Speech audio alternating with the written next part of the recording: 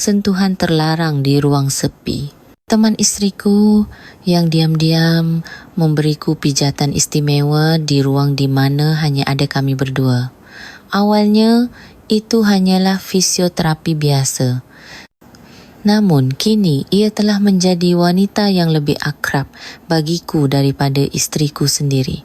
Ini adalah kenikmatan yang belum pernah kurasakan sebelumnya.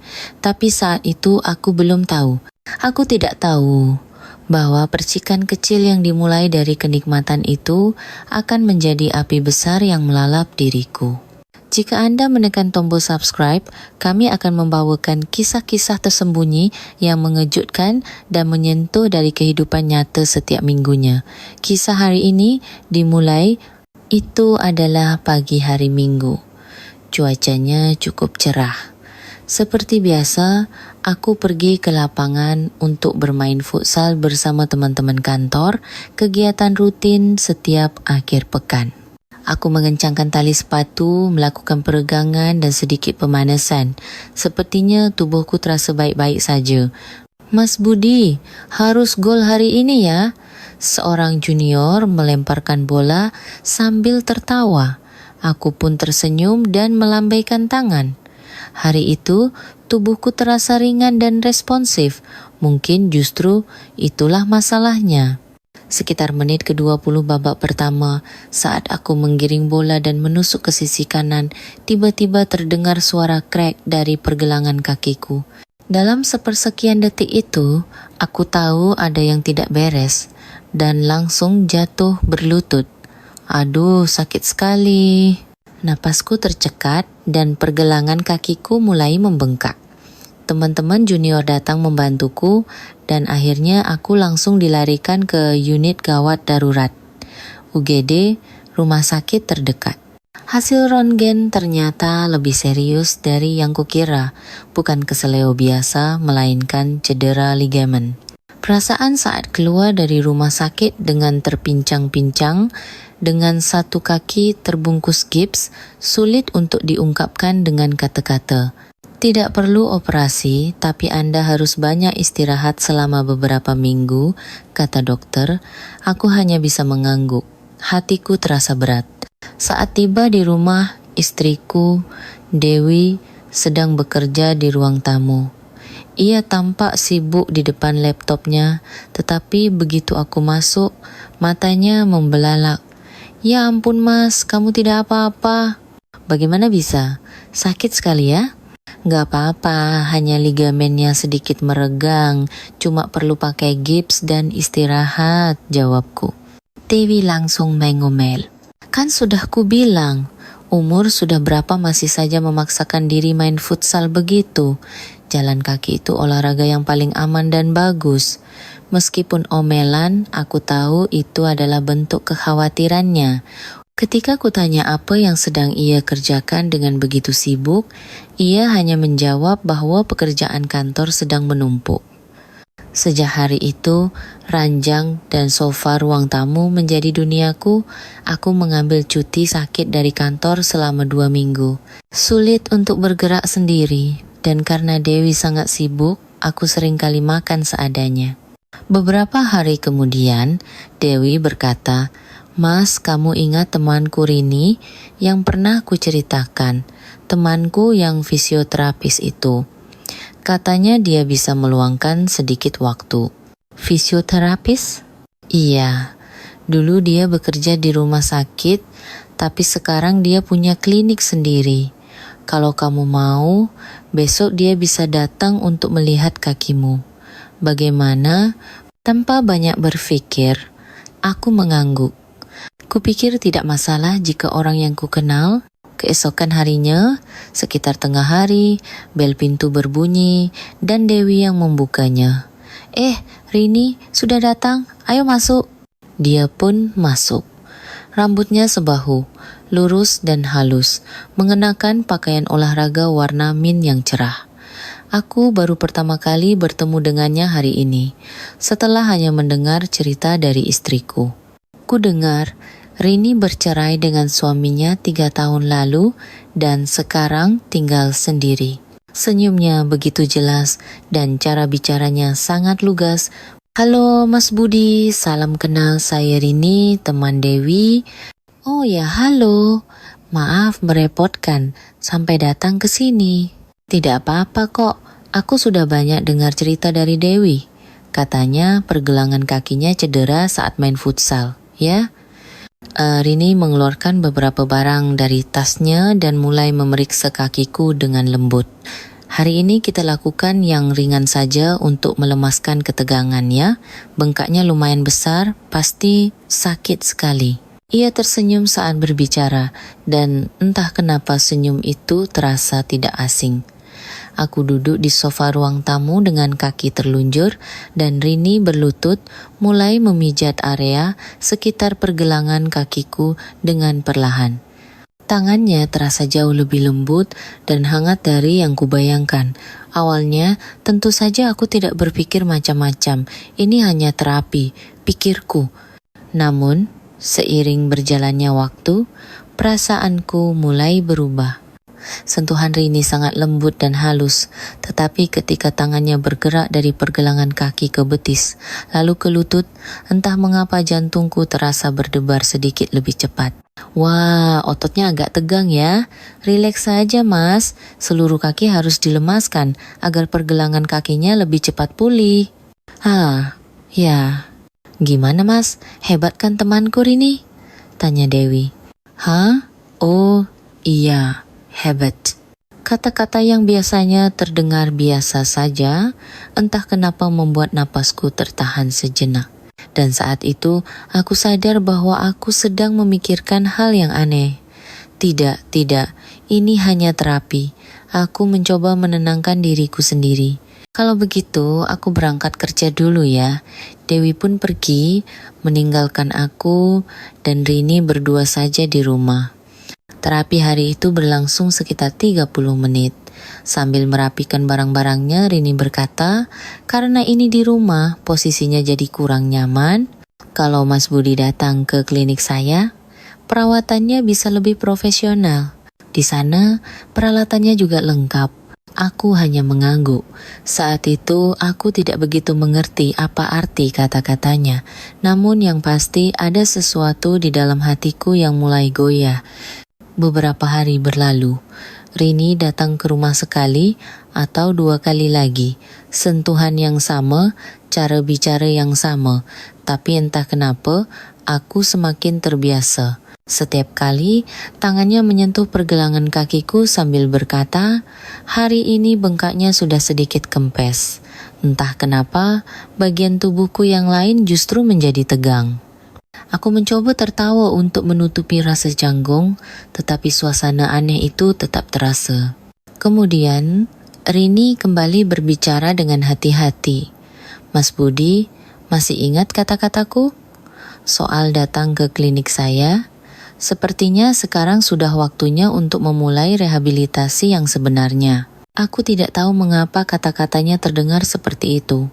Aku merasa sedikit kasihan pada diriku sendiri karena memberikan makna lebih pada kalimat, sekarang sudah waktunya yang sebenarnya. Nanti saya yang akan bilang ke Dewi.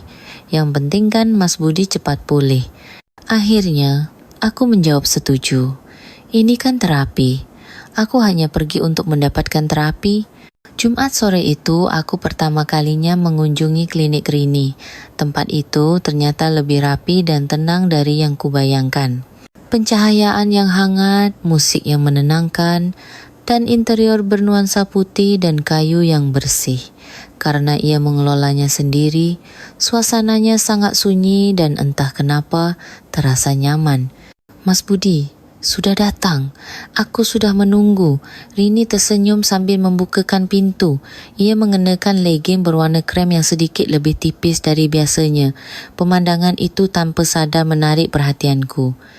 Ia memintaku untuk berbaring di tempat tidur terapi dan aku menurut. Rini dengan hati-hati memeriksa kakiku. Sudah jauh lebih baik. Hari ini kita coba lemaskan sampai ke paha. Ya, untuk menyeimbangkan cara berjalan, seluruh ketegangan harus dihilangkan. Ya, silakan.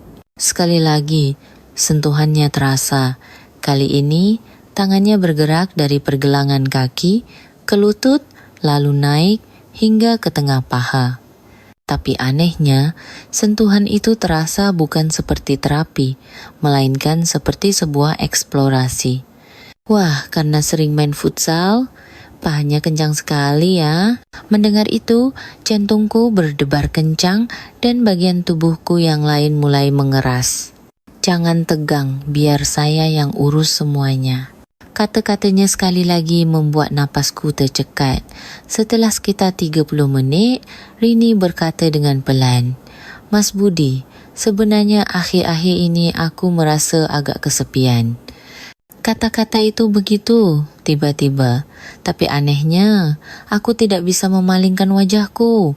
Aneh, ya? Tapi setelah sekian lama bisa sedekat ini dengan seseorang. Tangan Rini mendarat di atas lututku dan perlahan-lahan mulai naik ke atas pahaku. Pikiranku menjadi kosong. Sejak saat itu aku tidak tahu harus berkata apa atau menunjukkan ekspresi seperti apa. Mas Budi akhir-akhir ini sibuk sekali ya? Ya, begitulah. Tidak merasa kesepian saat sendirian di rumah? Kata-katanya menyentuh sesuatu yang dalam di diriku.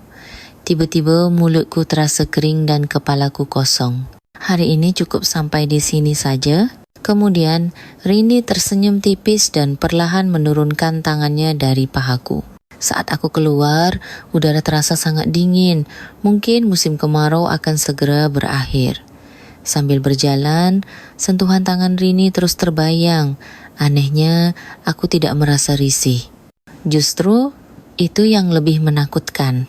Sejak hari itu, aku tidak pernah kembali ke klinik Rini.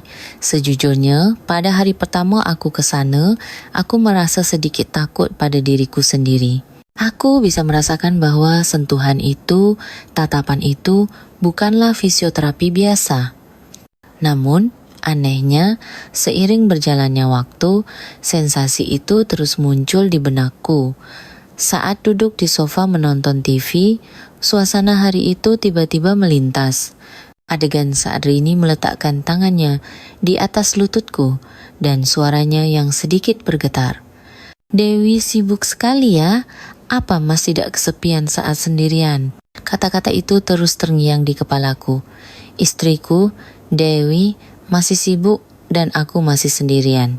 Rini tidak berhenti menghubungiku. Hampir setiap hari ia mengirim pesan. "Mas Budi, pergelangan kakinya sudah baik kan? Hari ini cuacanya mendung. Biasanya kalau begini rasa sakitnya lebih terasa. Besok ada waktu sebentar. Kalau Mas sendirian, kita bisa makan siang bersama." Ia terus mendekat dengan dalih terapi. Namun, sepertinya selalu ada makna lain yang tersembunyi di dalam kalimat-kalimatnya. Setelah ragu selama beberapa hari, akhirnya aku kembali ke kliniknya. Rini menyambutku dengan wajah gembira. "Wah, datang juga. Aku kangen." Aku hanya tersenyum canggung sebagai jawaban.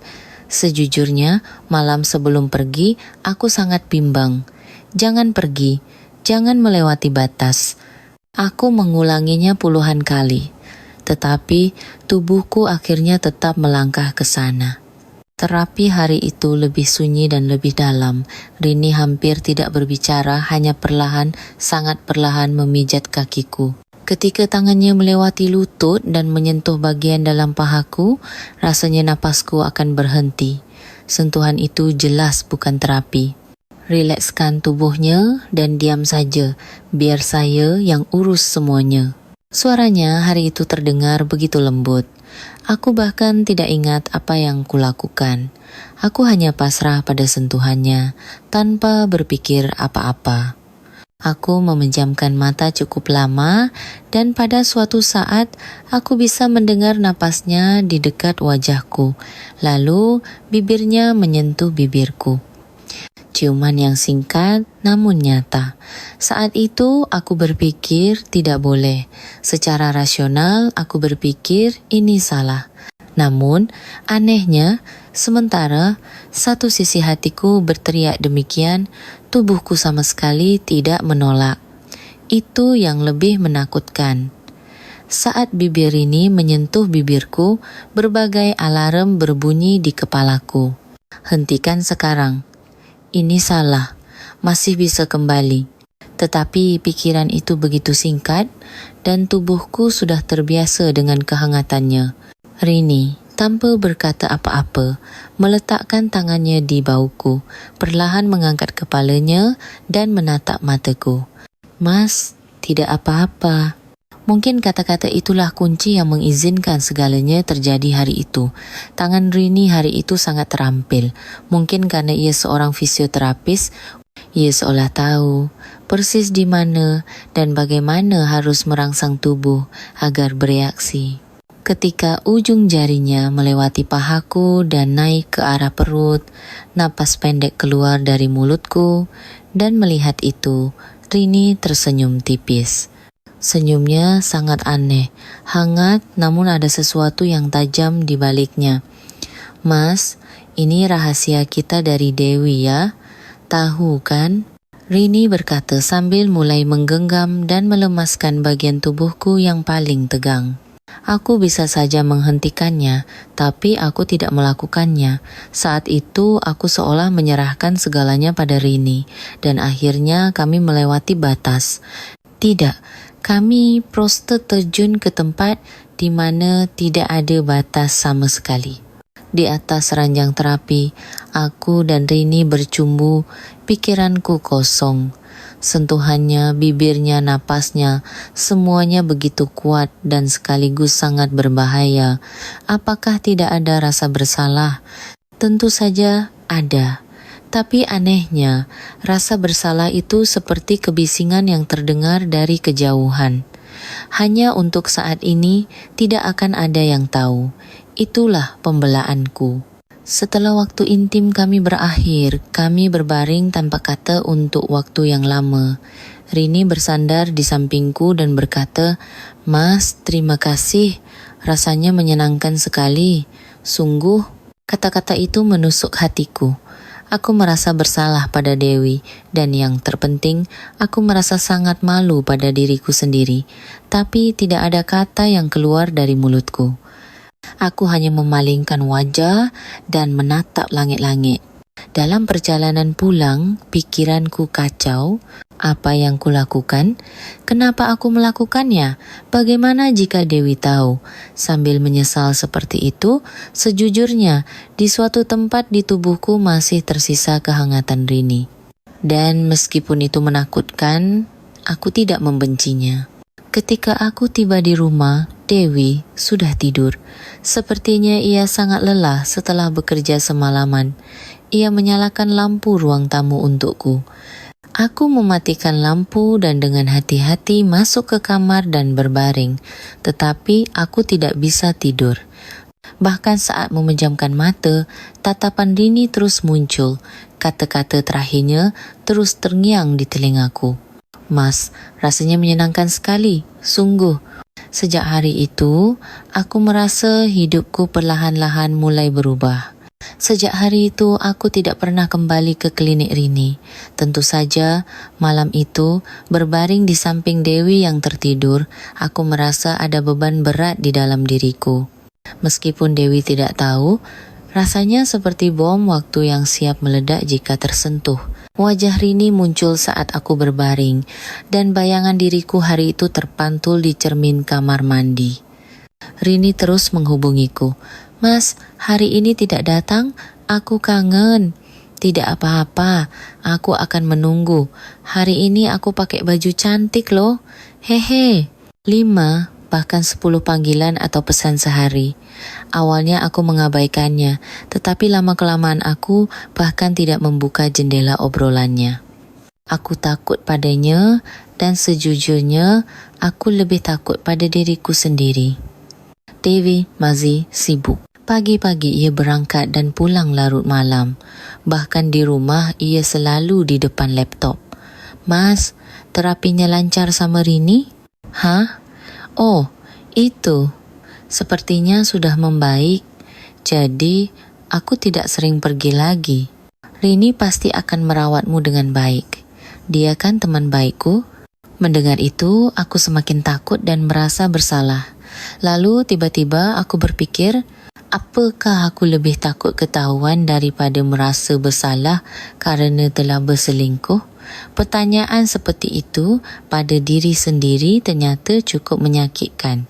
Suatu hari, Dewi bertanya, "Kakimu benar-benar sudah baikan? Tidak sakit lagi?" "Iya, sepertinya sudah hampir sembuh total." Rini bilang dia agak kecewa karena kamu tidak datang lagi tanpa kabar. Mendengar itu aku terdiam.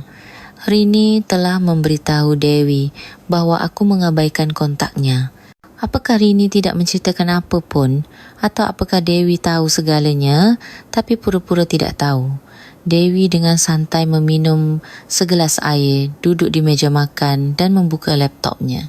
Entah kenapa punggungnya terlihat begitu asing. Waktu berlalu, tetapi kehadiran Rini semakin membebani. Aku ingat pesan terakhir yang ia kirimkan. "Mas, ini benar-benar yang terakhir, cuma sekali saja. Ini benar-benar yang terakhir. Kalau Mas mau melakukannya untuk terakhir kali, aku juga tidak akan menghubungimu lagi." Membaca pesan itu, seluruh tubuhku terasa membeku. Bodohnya aku tergoda oleh kata-kata benar-benar terakhir. Saat itu, entah kenapa aku tertarik pada kata-kata itu. Kalau ini benar-benar yang terakhir, kalau ini benar-benar akhir, mungkin tidak apa-apa, aku mencoba memberikan pembenaran pada diriku sendiri. Setelah ragu selama beberapa hari, akhirnya aku mengirim pesan pada Rini. "Besok jam 7 malam, kita bertemu." Balasan datang seketika. "Mas, terima kasih. Hei, besok datang saja ke rumahku." Melihat pesan itu, hatiku terasa mencelos. Aku punya firasat bahwa ini tidak bisa diurungkan lagi. Dan keesokan harinya pun tiba. Malam itu, sesuai janji, aku menuju ke rumah Rini. Alamatnya ku dapat dari pesan kemarin. Sebuah kompleks apartemen kecil di lingkungan yang biasanya hanya kulewati. Aku naik lift ke lantai 11. Sebelum aku menekan bel, pintu sudah terbuka. "Mas, sudah datang? Lebih cepat dari dugaanku. Aku kangen." Rini berdiri di depan pintu. Rambutnya diikat setengah dan ia mengenakan gaun rumah tipis seperti kimono, siluet tubuhnya samar-samar terlihat. Saat itu, napasku tertahan. Haruskah aku berbalik dan pergi? Pikiran itu melintas sejenak, tetapi kakiku sudah melangkah masuk. Duduk saja yang nyaman. "Sudah makan malam?" "Oh, sudah. Kalau begitu mau kopi? Atau wine?" Bahkan sebelum aku menjawab, Rini dengan alami mengambil sebotol anggur yang sepertinya sudah disiapkan dan aku hanya mengangguk. Musik lembut mengalun dan sebuah lampu meja kecil menerangi ruangan dengan cahaya remang-remang. Rumah Rini ternyata sangat rapi dan entah kenapa terasa seperti kamar suite hotel. Sambil menerima gelas yang ia sodorkan, aku berkata, "Hari ini benar-benar yang terakhir. Kamu akan menepati janji itu kan?" Rini mengangguk dan memegang tanganku. "Iya mas, yang terakhir. Makanya hari ini aku ingin membuatnya lebih istimewa. Akan kubuat agar selalu teringat."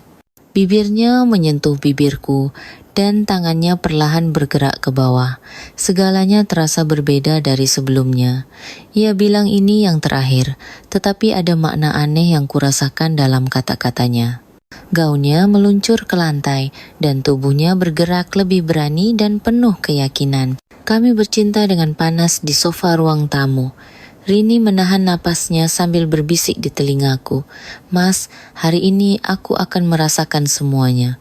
Saat itu, kakiku terasa lemas, pikiranku melayang, dan segalanya terasa runtuh. Sesaat kemudian, ia menarik tanganku ke kamar tidur. Kamar tidur itu juga diterangi cahaya remang-remang dengan aroma mawar yang harum, dan di atas tempat tidur terhampar spray yang terlipat rapi. Semuanya terlalu dipersiapkan dengan baik. Kalau dipikir-pikir sekarang, itu sangat aneh. Waktu kedua kami lebih intens dan tindakannya jauh lebih vulgar. Saat kami mencapai puncak, setelah menumpahkan semua emosi yang panas dan mengatur napas, ia berkata, "Mas, sudah larut malam. Menginap saja ya." Katanya Dewi tidak bisa pulang ke rumah malam ini. Pikiranku seketika menjadi pening. Di sampingnya, mataku tidak bisa terpejam. Malam itu, aku meninggalkan rumah Rini dan pulang ke rumahku sendiri. Semuanya sudah berakhir. Untunglah bisa berakhir seperti ini. Aku menghibur diriku sendiri dalam perjalanan pulang. Keesokan paginya, saat aku bangun, perasaanku aneh. Kepalaku pening dan perutku terasa kosong. Waktu yang kuhabiskan bersama Rini terus terngiang di kepala dan tidak mau hilang. Sudah berakhir. Berhentilah memikirkannya. Tapi sekeras apapun aku mencoba melupakan, pikiranku tidak bisa kosong. Dewi tidak pulang semalam karena sibuk bekerja.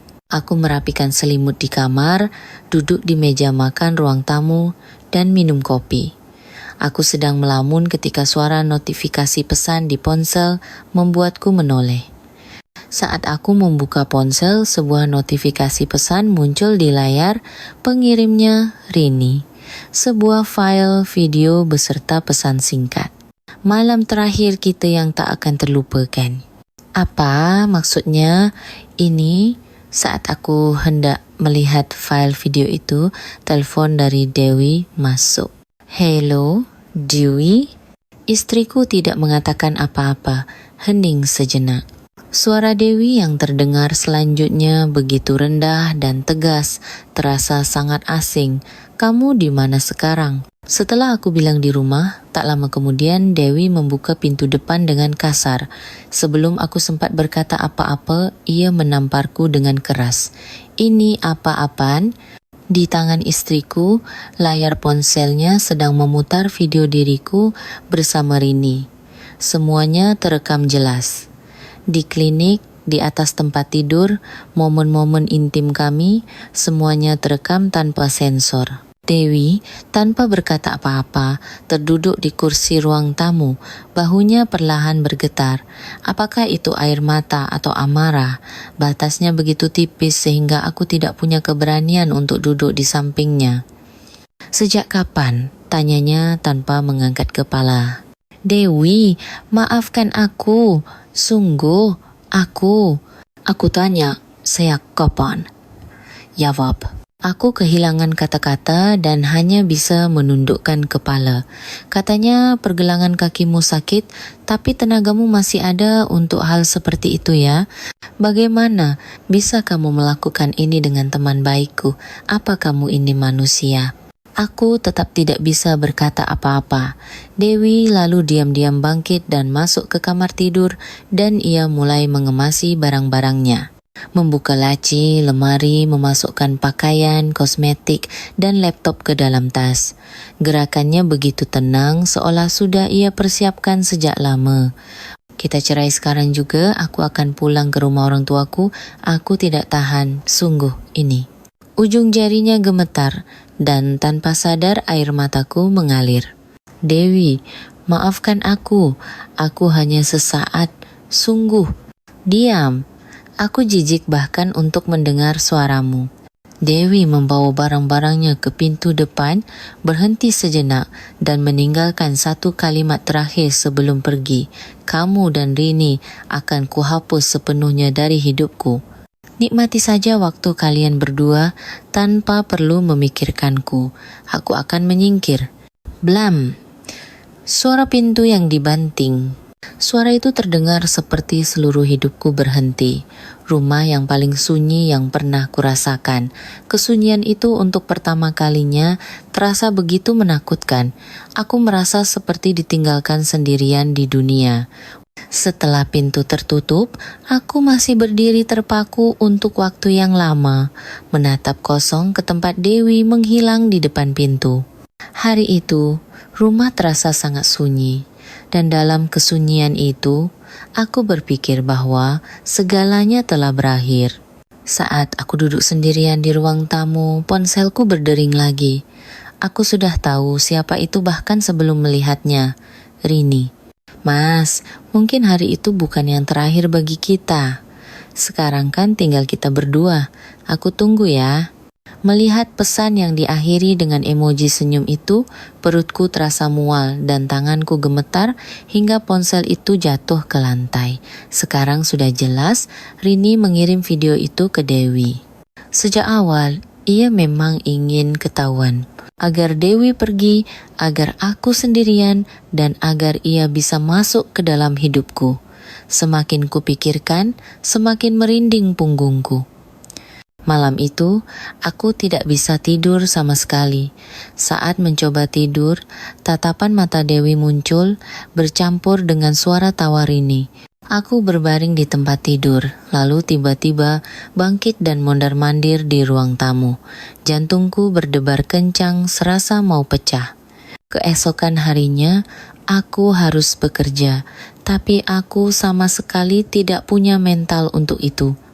Aku hanya mengirim pesan ke kantor, mengatakan bahwa aku tidak enak badan. Sepanjang hari, aku hanya berbaring di sofa ruang tamu tanpa menyalakan TV. Tiba-tiba aku teringat foto-fotoku bersama Dewi. Aku mengeluarkan album yang tersimpan jauh di dalam laci ruang tamu dan membolak-baliknya satu persatu. Tiba-tiba napasku terasa sesak. Di mana-mana kami berdua tersenyum. Waktu yang telah kuhancurkan terekam utuh di dalam foto-foto itu. Satu pesan masuk lagi. Tentu saja dari Rini. Mas, lagi apa? Malam ini mau makan apa? Aku ke rumah Mas saja ya. Kan Dewi juga sudah tidak ada. Melihat pesan itu, aku tidak tahan lagi. Aku meneleponnya. Setelah 2 kali nada sambung, ia mengangkatnya. Mas, aku kangen sekali. Kenapa kamu kirim video itu? Mendengar pertanyaanku, Rini terdiam sejenak lalu menjawab dengan tenang. Karena sekarang Mas itu milikku. Dewi harus pergi agar kita bisa lebih baik kan? Benar kan Mas? Kata-katanya sangat jelas. Ini bukan cinta, ini obsesi dan rencana. Kamu benar-benar wanita yang menakutkan. Ketika aku berkata begitu, Rini bahkan tidak tertawa. Mas juga menginginkannya kan? Malam-malam itu, waktu-waktu itu, apa semuanya bohong? Ya, itu hanya khilaf. Bagiku, Dewi lebih berharga. Denganmu, itu hanya sebuah kegilaan. Setelah aku mengatakan itu, suara Rini berubah menjadi dingin. Oh, begitu. Kalau begitu hiduplah seperti itu. Kejar lagi Dewimu yang berharga itu dan hiduplah dengan baik. Akan kulihat seberapa baik hidup kalian. Lalu telepon terputus. Aku kembali sendirian, benar-benar ditinggalkan di rumah yang kosong. Hanya suara detak jam di ruang tamu yang terdengar. Saat itu aku benar-benar menangis. Tanpa suara, aku menangis terseduh-seduh seolah hancur. Malam itu, sambil memanaskan sisa sayur sop di kulkas, aku terus berpikir. Mulai sekarang, bagaimana aku harus hidup? Aku tidak tahu sudah berapa lama waktu berlalu. Sejak hari Dewi mengemasi barang-barangnya dan pergi, segalanya menjadi kabur. Satu hari terasa sangat sunyi, hari lain terasa sangat murung. Tidur di malam hari terasa bukan seperti tidur, dan bangun di pagi hari terasa bukan seperti bangun. Dalam kondisi seperti itu, aku pergi bekerja. Setelah 2 hari absen tanpa izin, tentu saja aku menjadi perhatian. Tapi masalahnya bukan itu. Saat aku memasuki kantor, suasananya sangat berbeda dari biasanya. Tidak ada yang mengatakannya secara terang-terangan, tapi aku bisa merasakan semua orang melirik ke arahku. Sangat singkat. Lalu mereka memalingkan muka. Junior, yang biasanya menyapaku di koridor, pura-pura melihat ponsel dan menunduk saat berpapasan. Rekan satu divisi bangkit dari kursi, seolah-olah untuk mengambil minum agar tidak berpapasan denganku. Saat makan siang di kantin, ketika aku hendak menyuap sesendok sup, aku mendengar suara tawa kecil dari meja belakang. Video itu. Beneran? orang itu dari kliniknya. Wah, gila. Jantungku terasa mencelos dan sendok di tanganku bergetar. Nafsu makanku hilang seketika dan aku tidak bisa lagi duduk di sana. Aku langsung pergi tanpa menyentuh makananku. Sore itu, manajerku memanggilku secara terpisah. Budi, lagi ada masalah ya. Kamu tahu kan, kalau gosip seperti itu beredar di perusahaan bisa jadi masalah. Aiwaye, Pak, maaf.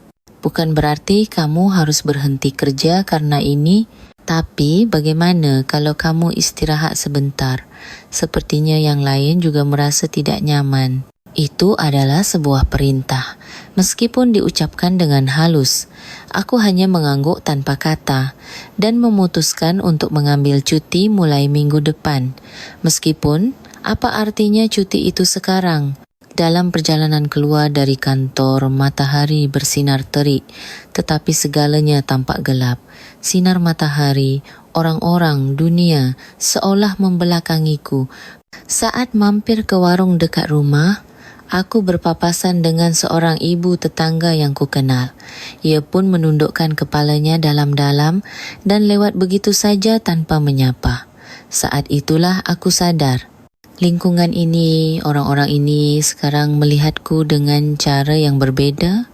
Masalahku dengan Rini bukan lagi percikan api yang tenang, melainkan api yang perlahan merambat dan mulai melahapku sepenuhnya. Malam itu TV menyala tapi aku tidak mendengar apa-apa. Di luar jendela, suara orang pulang kerja, anak-anak berlarian, suara mesin mobil pengantar paket dari kejauhan. Semua suara dunia terasa menjauh dariku. Di dalamnya, aku semakin mengecil sendirian. Aku mengajukan surat pengunduran diri ke perusahaan. Manajerku tidak berkata apa-apa dan staf di bagian personalia yang menerima suratku juga hanya diam. Tidak ada yang menahanku. Sejujurnya, hatiku terasa sedikit pahit. Aku sudah bekerja di perusahaan itu lebih dari 15 tahun. Cukup setia dan tekun. Tapi akhirnya begitu menyedihkan. Tanpa ada satupun ucapan perpisahan, aku berhenti seolah menghilang begitu saja. Aku juga memutuskan untuk pindah dari lingkungan ini. Kupikir itu lebih baik. Kontrak sewa apartemen berakhir saat Dewi pergi, dan aku mengemasi barang-barangku seadanya dan pindah ke sebuah kamar kos tua di pinggiran Jakarta. 1 kamar, 1 dapur kecil, 1 kamar mandi. Jendelanya kecil dan sinar matahari hanya masuk setengah hari. Kulkasnya bekas dan kompor gasnya berkarat. Saat pertama kali membuka pintu dan masuk, pikiran bahwa aku benar-benar sendirian langsung menghantamku. Barangnya tidak banyak. 1 setel jas, beberapa baju sehari-hari, 1 laci berisi alat cukur dan lotion, 1 buku dan sebuah mug. Tidak ada TV, tidak ada wifi, hanya ponsel yang tergeletak sendirian di charger. Sambil mencuci beras di penanak nasi, entah kenapa aku tertawa sendiri. Sekarang masak nasi pun sendiri. Sambil tertawa, sudut mataku terasa panas. Perasaan yang entah tawa atau tangis itu berputar-putar di kamar sempit itu. Aku mencari pekerjaan. Di usiaku, tidak banyak pekerjaan yang bisa dilakukan oleh seorang mantan pegawai kantoran. Tapi, aku hanya ingin menggerakkan tubuhku. Tanpa berpikir, hanya ingin fokus pada sesuatu. Aku mendapat pekerjaan sebagai penjaga minimarket shift malam dan siangnya aku mulai bekerja sebagai petugas kebersihan di kompleks apartemen terdekat. Pagi-pagi membawa lap untuk membersihkan koridor dan malamnya berdiri di belakang kasir. Begitulah aku bertahan hidup setiap hari. Mungkin bagi sebagian orang aku terlihat menyedihkan. Mas Budi yang dulu kelihatan sopan begitu, ternyata orangnya begitu ya. Kata-kata bisikan tetangga yang dulu pernah ku dengar terkadang muncul lagi. Tapi aku hanya ingin punya keberanian untuk menghadapi diriku sendiri daripada tatapan orang lain. Itulah yang kubutuhkan saat ini. Setelah pulang kerja, aku langsung mandi dan berbaring dalam diam. Tanpa menyalakan lampu, aku hanya menatap layar ponsel dengan hampa sampai akhirnya tertidur. Terkadang, Dewi muncul dalam mimpiku. Dengan wajah tersenyum seolah tidak terjadi apa-apa, ia berkata, "Mas, coba cicipi ini. Pas nggak rasanya?" Saat terbangun dari mimpi seperti itu, aku terdiam sejenak, lalu menatap langit-langit kamar untuk waktu yang lama, dan air mata mengalir dari mataku. Kerinduan itu ternyata begitu dalam dan diam-diam mencekik seseorang. Sekitar seminggu setelah pindah, tanpa alasan aku mengirim pesan ke Dewi.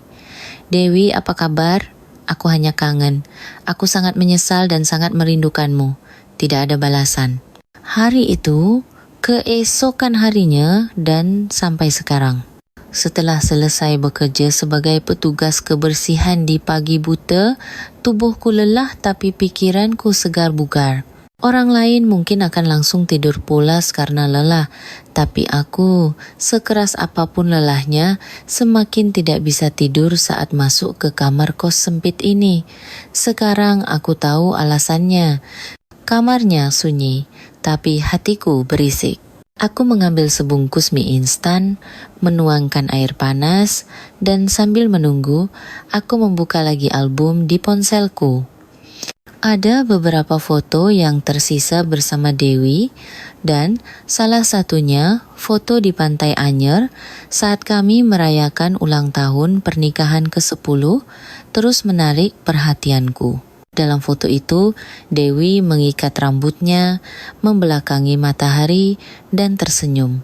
Senyumnya saat itu terasa begitu biasa, tapi sekarang itu adalah wajah yang tidak mungkin bisa kulihat lagi. Rini? Anehnya, ingatanku tentangnya semakin memudar. Tubuhku mungkin mengingatnya, tapi hatiku tidak. Itulah Rini. Adegan-adegan bersamanya sekarang hanya melintas seperti kabut tebal. Tapi Dewi, ia tertancap jelas di tengah hatiku. Cara bicaranya, omelannya yang seperti kebiasaan, semuanya masih begitu jelas.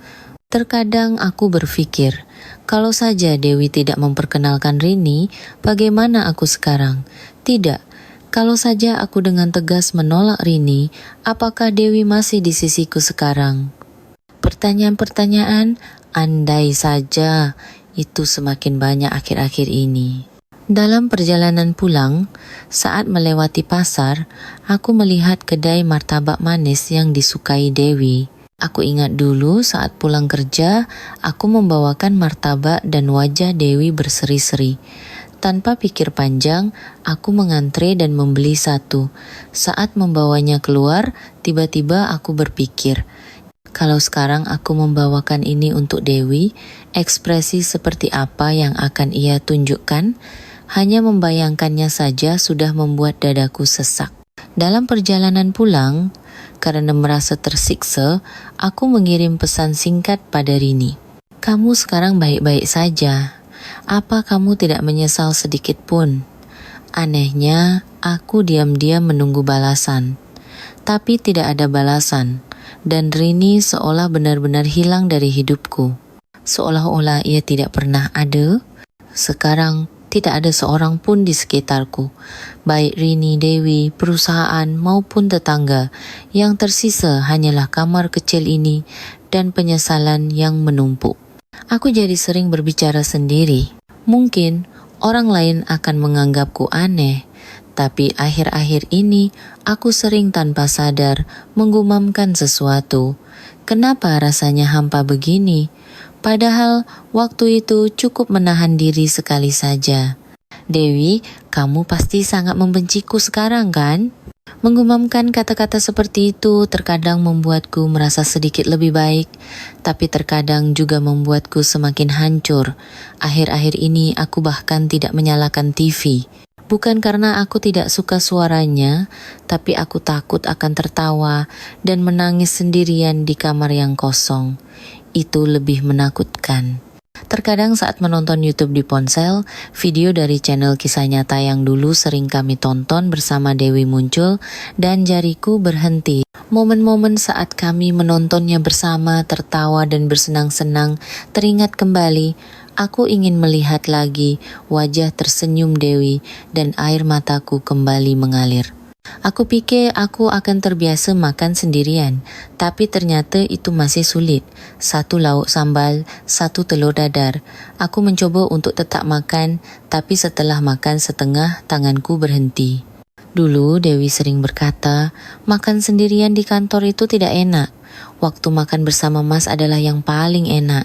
Kenangan itu terasa lebih berat daripada sesendok nasi. Hari ini aku mengirim pesan lagi pada Dewi. Isinya singkat, baik-baik saja, aku sangat menyesal, aku sangat merindukanmu. Setelah mengirimnya, aku terus memegang ponsel.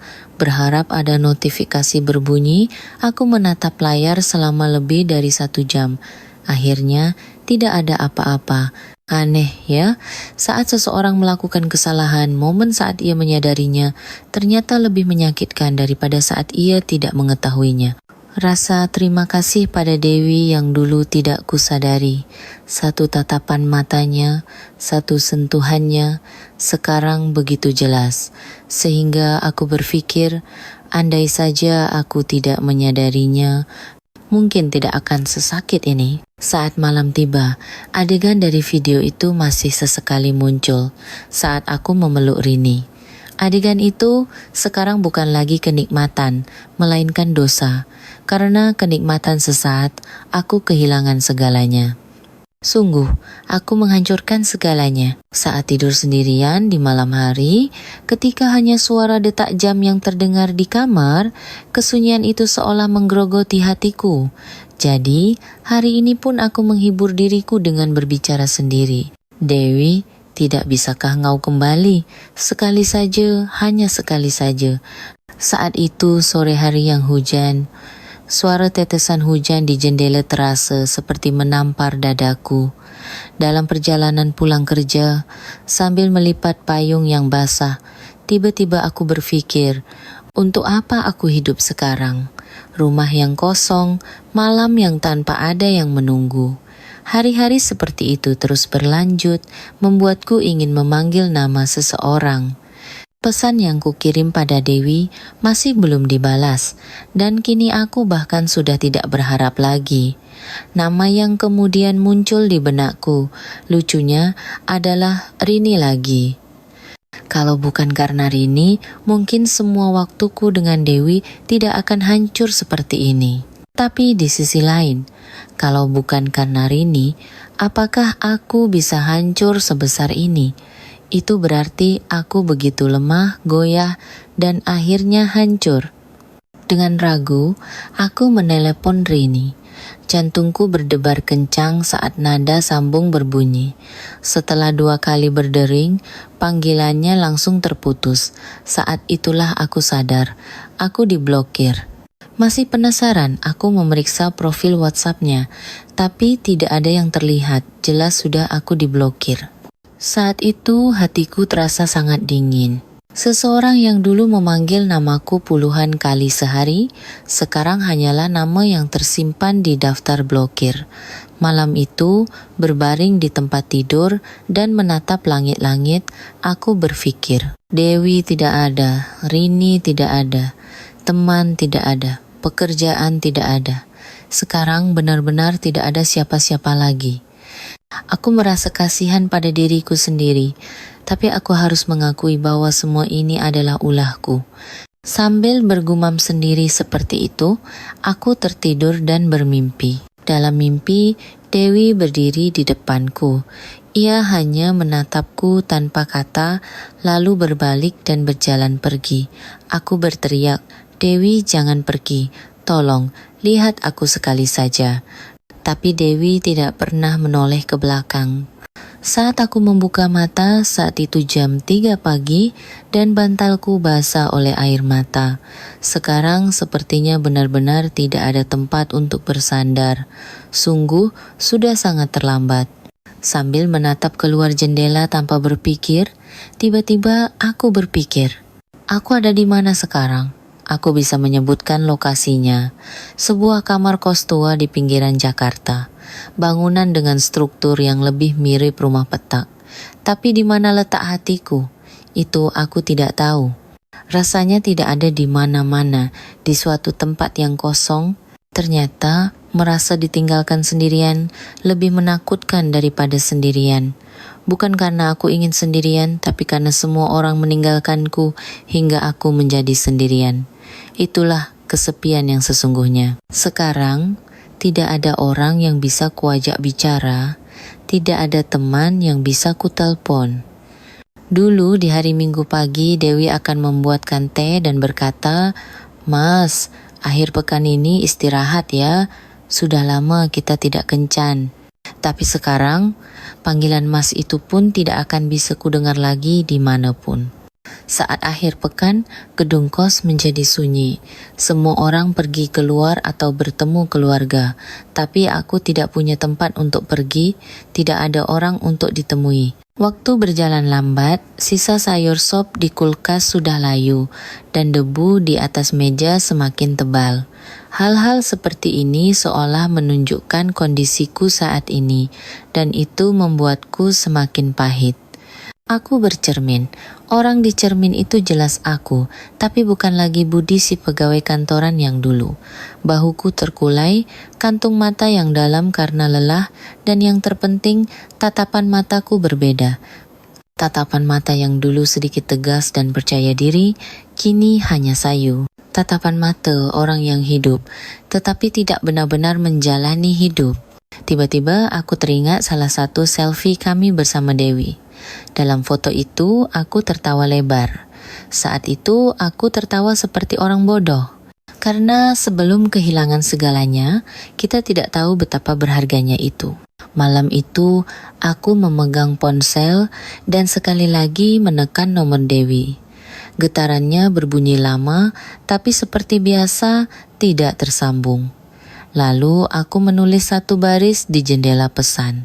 "Dewi, aku sudah sangat terlambat kan? Tapi aku tidak bisa melupakanmu."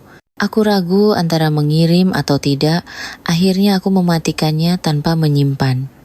Aku merasa tidak punya hak lagi untuk menyampaikan perasaanku. Malam itu, anehnya aku tidak bermimpi. Hanya kegelapan tak berujung. Itu justru terasa lebih nyaman daripada kenyataan. Perasaan rindu terkadang melayang tanpa arah, tidak tahu harus mengalir kemana, tidak tahu harus menuju siapa, hanya tersisa di tengah dada. Saat bangun di pagi hari, wajah yang muncul lebih dulu dari sinar matahari adalah Dewi. Aku teringat mosemnya yang tidur miring dengan satu tangan sebagai bantal. Di sampingnya, aku biasa membuka mata diam-diam dan menatap wajahnya untuk waktu yang lama.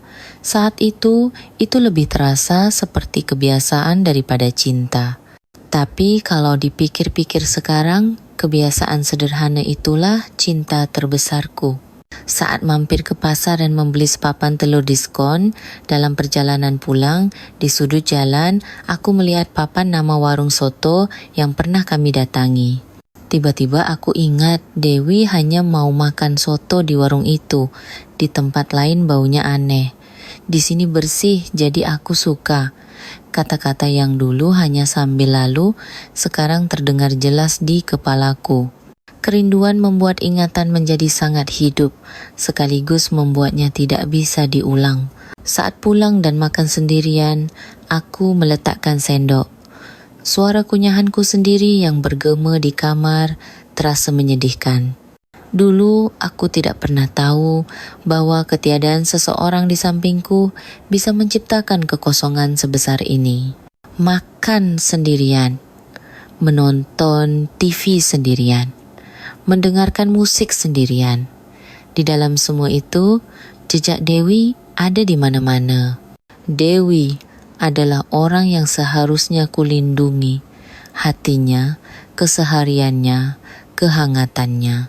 Menyadari bahwa bukan orang lain, melainkan aku yang menghancurkannya, membuat dadaku sakit luar biasa. Rini adalah nafsu sesaat, tetapi Dewi adalah hidupku itu sendiri. Menyadari hal itu terlambat, rasanya begitu hampa dan kejam. Hari-hari berlalu seperti itu. Seolah-olah emosiku membeku, hampa, dan tak berdaya.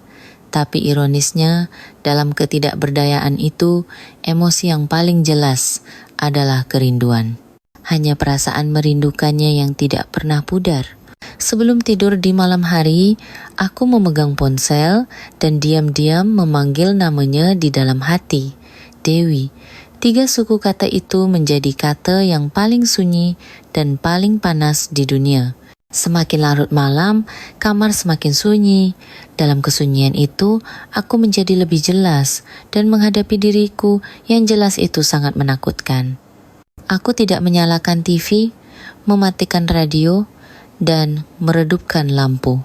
Saat menghadapi waktu yang paling dekat dengan kesendirian, aku berhadapan dengan diriku sendiri.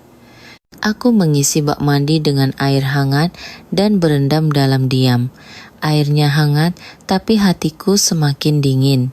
Sambil menatap langit-langit, aku menangis dalam hati. Dewi, maafkan aku. Kalau bukan karenamu, apakah aku bisa sebahagia itu? Aku mengulangi kata-kata itu puluhan kali di dalam kepala, lalu tiba-tiba napasku tercekat. Saat itu, aku menangis lagi. Tanpa suara, air mata pecah. Emosi yang selama ini kutahan, kupura-pura tidak tahu, yang kupaksa tekan, meluap seperti ombak. Seluruh tubuhku gemetar saat menangis tanpa suara. Aku tidak tahu apakah airnya hangat atau dingin. Aku hanya tercekik oleh rasa bersalah karena telah melepaskan satu orang yang kurindukan dengan tanganku sendiri. Aku melihat cermin di wastafel. Wajahku dengan mata yang merah bengkak begitu asing dan menyedihkan, hingga aku tertawa. Sambil tertawa, air mata terus mengalir. Apa-apaan tampang ini? Kalau Dewi lihat, pasti dia akan tertawa dan bilang, cengeng lagi deh. Sambil bergumam seperti itu, aku kembali menangis dalam diam. Ini adalah penyesalan, cinta, dan hukuman. Malam itu aku mengeluarkan foto Dewi. Satu foto dengan wajahnya yang tersenyum. Dengan hati-hati aku mengusap wajah itu dengan jariku. Maafkan aku Dewi, sungguh aku minta maaf. Aku menutupi layar yang buram karena air mata dengan telapak tanganku dan hanya memeluk foto itu sambil tertidur. Keesokan paginya, saat aku bangun, foto itu masih ada di dalam selimut. Hari itu dimulai lagi, tapi sedikit berbeda. Setelah menangis, kesalahanku terasa sedikit lebih dalam terukir. Itu mungkin tidak akan mengembalikan Dewi, tetapi menjadi tekad kecil bahwa aku harus hidup kembali sebagai manusia. Akhir-akhir ini, saat bangun di pagi hari, aku tidak lagi menghela napas seperti dulu. Bukan berarti aku bangun dengan senyum, tapi setidaknya aku sedikit lebih terbiasa untuk bangkit. Pepatah bahwa kesedihan pun akan menjadi rutinitas jika diulang-ulang, sepertinya sekarang aku sedikit mengerti. Di lingkungan baru ini, aku mulai punya kenalan. Pemilik warung menyapa, cuacanya bagus ya mas. Dan ibu pemilik warung soto, tempatku langganan menambahkan sebutir telur rebus karena aku sudah jadi pelanggan tetap. Hal-hal seperti itu terasa sepele, tapi saat pulang ke rumah, entah kenapa hatiku terasa hangat. Karena aku berpikir, aku belum sepenuhnya ditinggalkan. Hari itu seperti biasa setelah selesai bekerja dan pulang ke rumah, saat hendak memasak mie instan, tiba-tiba ada satu notifikasi di ponselku. Notifikasi bahwa Dewi mengunggah satu foto di media sosial. Aku menatap layar itu dengan hampa untuk waktu yang lama. Foto itu adalah pemandangan sebuah pantai kecil. Tidak ada orang, hanya matahari yang terbenam. Melihat laut yang diwarnai cahaya senja, rasanya seperti hati Dewi ada di dalamnya. Sunyi tapi hangat, jauh tapi masih ada. Aku tidak tahu bahwa satu foto bisa membuat seseorang hancur seperti ini. Malam itu, aku memegang ponsel dan menulis pesan lagi. Fotonya bagus, pantainya indah. Semoga kamu juga hidup dengan indah. Aku berharap selamanya hanya kamu yang tersenyum. Sekarang bukan lagi kata maaf, melainkan harapan agar ia bahagia yang menjadi lebih tulus. Daripada keinginan untuk menahannya, keinginan agar ia hidup bahagia sekarang lebih besar. Setelah mengirim pesan, aku tidak berharap balasan. Aku tahu itu adalah keserakahan. Tapi anehnya, hatiku terasa sedikit lebih ringan. Sekarang, bahkan jika perasaanku yang kukirim tidak sampai padanya, tindakan mengirim itu sendiri terasa berarti. Malam hari angin sepoi-sepoi bertiup. Saat aku sedikit membuka jendela, udara sejuk meresap ke dalam kamar. Dewi, apakah kamu juga merasakan angin ini di suatu tempat? Kata-kata itu tidak kuucapkan, tapi jelas tertinggal di dalam hati. Nama seseorang ternyata punya kekuatan yang aneh. Hanya beberapa huruf. Tapi setiap kali aku memanggilnya dalam hati, dadaku terasa mencelos. Dewi, Dewi. Hanya dengan memanggil namanya, kehangatan orang itu kembali. Napasnya, tatapan matanya, suaranya. Mungkin kerinduan itu pada akhirnya dimulai dari sebuah nama. Beberapa hari berlalu, balasan dari Dewi tidak kunjung datang, tapi tidak apa-apa. Bukan untuk menahannya, aku hanya ingin memastikan bahwa hatiku pernah singgah padanya. Sekarang pun, orang itu masih hidup dengan tenang di suatu tempat di hatiku. Hari itu aku tidak bekerja dan tubuhku terasa sedikit lemas. Aku menyingkap selimut dan untuk pertama kalinya setelah sekian lama, aku pergi ke taman dekat rumah. Angin bertiup, dan di antara orang-orang yang berjalan-jalan, anak-anak berlarian sambil tertawa. Di dalam pemandangan itu, waktu saat aku berjalan bersama Dewi tumpang tindih. Dulu, jalan yang sama dilalui 2 orang, sekarang jalan itu kulalui sendirian. Aku duduk di bangku, menyesap kopi hangat dan menatap langit. Dewi, apakah kamu juga melihat langit ini? Kata-kata itu juga keluar seperti gumaman. Tidak ada yang mendengar, tapi aku terus bergumam seperti itu. Saat seseorang benar-benar merasa sendirian, ia harus memanggil nama seseorang agar bisa bertahan hidup.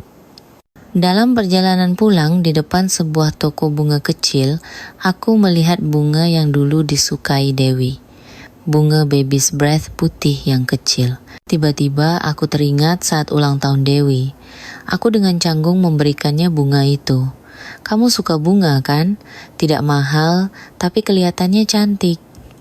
Saat itu, Dewi tersenyum dan berkata, hati mas yang membelikan bunga sambil memikirkanku itu yang lebih cantik. Terima kasih mas. Senyum itu, sekarang tidak akan bisa kulihat lagi kan? Meskipun begitu, hari itu aku membeli seikat kecil bunga itu, hanya untuk diletakkan di sudut kamar sendirian. Bukan untuk siapa-siapa, melainkan untuk diriku sendiri yang masih mengingatnya. Aku sekarang tahu bahwa cinta tidak harus selalu ada di samping kita. Saat malam tiba, kelopak bunganya sedikit layu, tapi bahkan mausum itu pun terasa hangat. Seperti Dewi, nama yang telah berlalu, tapi bagiku masih hidup. Aku akan menyimpan orang itu dengan tenang di dalam hatiku, dan aku harus perlahan-lahan melangkah maju. Aku pikir, saat seseorang kehilangan segalanya, setidaknya akan ada satu hal yang tersisa. Entah itu penyesalan, kenangan, harga diri, atau sedikit harapan, tapi ternyata hampir tidak ada yang tersisa. Hari ini adalah hari libur, dan cuacanya cerah. Aku hanya berjalan perlahan menyusuri jalan menanjak di dekat rumah. Bukan untuk bertemu siapa-siapa, bukan juga karena ada urusan. Aku hanya ingin berjalan. Kupikir dengan berjalan, pikiranku akan sedikit lebih teratur. Aku duduk di sebuah bangku, memejamkan mata dan merasakan angin. Sinar matahari hangat menyentuh pipiku dan dari kejauhan seseorang memanggil nama anaknya. Dian, sini. Nama itu sejenak terdengar seperti Dewi. Aku terkejut. Telingaku masih begitu sensitif pada nama orang itu. Kalau dipikir-pikir sekarang, cinta yang kuterima darinya terlalu besar. Karena itu, aku sembarangan memperlakukannya, dan baru setelah kehilangannya, aku tahu beratnya. Waktu aku tergoda oleh Rini, sebenarnya itu adalah bukti betapa lemahnya hatiku. Dewi selalu menungguku dengan sabar, tapi aku tidak menyadarinya. Sekarang aku benar-benar menerima bahwa semua itu tidak bisa diulang.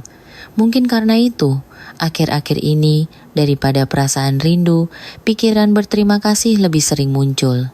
Terima kasih karena ia datang ke dalam hidupku, terima kasih karena hidup bersamaku, dan terima kasih karena telah bersabar sampai akhir.